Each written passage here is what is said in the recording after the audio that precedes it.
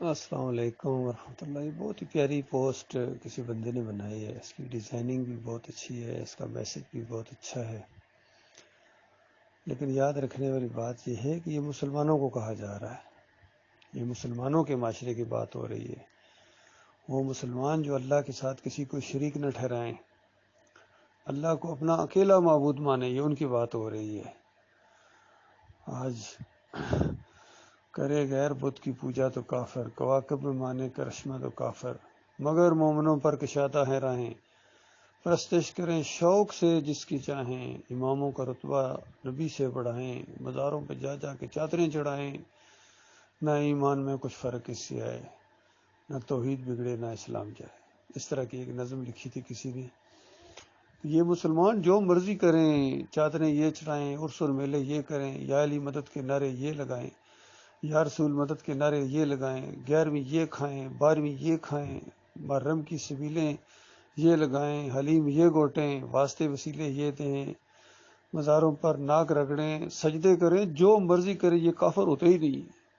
یہ مشرک ہوتے ہی نہیں ہیں، کیونکہ مومن جو ہیں، جو انہوں نے کلمہ جو پڑھ لیا ہے، گویا کلمہ ان کو لائسنس مل گیا شرک کرنے کا۔ اس انداز سے یہ قوم ہے ڈٹی ہوئی ہے اپنے کفر شرک کے اوپر۔ جمہوریت کے مشرکانہ نظام، مشرکانہ طاغوتی نظام کو یہ بار بار اس بت کو پالش کر رہے ہیں، اس کو چھوڑنے کا نام نہیں لے رہے ہیں، لیکن ہیں یہ مسلمان۔ یہ مسئلہ ہے اللہ کے بندو، اسی وجہ سے ان کے اندر خیر آ ہی نہیں رہی ہے۔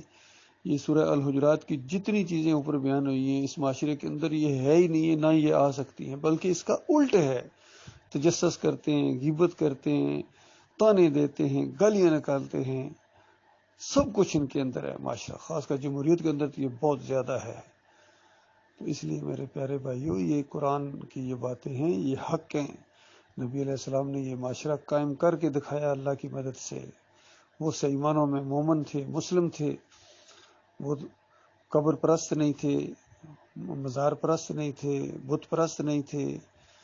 رسم و رواج کی پرستش کرنے والے نہیں تھے، جمہوریت کی پوجا کرنے والے نہیں تھے، وہ اللہ کی بندگی کرنے والے لوگ تھے۔ اس وجہ سے یہ چیزیں ان کے اندر آئی تھیں، یہ چیزیں ان کے اوپر نافذ ہوئی تھیں، ان چیزوں سے انہوں نے اپنے معاشرے کو مزین کیا تھا۔ اب مثالیں اس معاشرے کی دینا اور کفر و شرک بھی پھیلانا جو ہمارے سامنے ہمارے یہ لیڈر کر رہے ہیں، ہمارے اکابرین کرتے آ رہے ہیں، اور آج کے مولویوں اور پیروں نے جو عدم مچایا ہوا ہے اس پوری زمین کے اوپر، ان کی ساتھ دینا یا ان کے پیچھے نمازیں پڑھنا، یہ پھر سمجھنا کہ وہ خیر نکلے گی۔ یہ ایسی بات ہے کہ کریلے کے بیج وہ زمین کے اندر کریلا وہ، اور یہ امید رکھو، دعائیں مانگو گے یا اللہ ایسے میٹھے پھل، ایسے آم اس پر لگا دے اس بیل کے اوپر کہ بس مزہ آ جائے، اور پھر لوگوں کو کہو انتظار کرو، میں نے کریلے لگائے ہیں، انشاءاللہ سب کو آم بانٹوں گا، اور سنترے بھی لگیں گے اس کے اوپر، اور مالٹے اور سیب بھی لگیں گے، دیکھنا میں دعائیں مانگ رہا ہوں اللہ تعالیٰ سے۔ اس انداز سے بتاؤ، یہ اگر کوئی بندہ بات کہے گا تو سارے کہیں گے پاگل ہو گیا ہے، یہ پاگل ہو گیا، یہ کریلے بو کے یہ آم کی امید رکھتا ہے۔ اسی طرح یہ جمہوریت کے نظام اور بریلویت اور دیوبندیت اور اہل حدیثیت کے سسٹم کے اندر رہ کے یہ اسلام کے پھل چاہتے ہیں، یہ مدینہ ریاست قائم کر دیں گے، یہ اس دور کی بات کرتے ہیں، کبھی عمر بن خطاب کی مثالیں دیتے ہیں ہمارے عمران خان صاحب، کبھی علی رضی اللہ تعالیٰ کی، کبھی نبی علیہ السلام کی کہ ہم اس نبی کے امتی ہیں۔ تو وہ جو ایک نعت سنا کرتے تھے کہ اس وقت کیا بیتے گی جب قیامت کے دن نبی صلی اللہ علیہ وسلم کہہ دیں گے اے نہیں امت میری، اے نہیں میری امت ہے۔ یہ خود مولوی کئی دفعہ اس طرح کی نعتیں پڑھتے ہیں،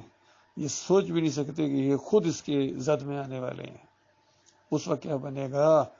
جب نبی علیہ السلام کہیں گے دور کرو، دفع کرو ان کو، دفع کرو ان کو، دفع کرو، میرے سے دور کرو۔ بخاری کی روایت ہے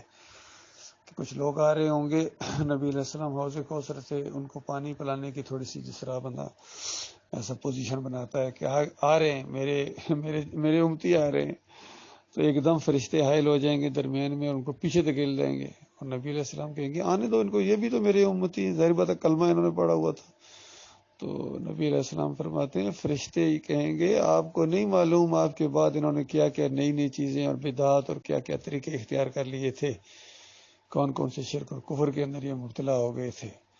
یہ بات سنتے ہی نبی علیہ السلام فرمائیں گے دفع کرو، دفع کرو، دفع کرو ان کو، میرے سے دور کرو۔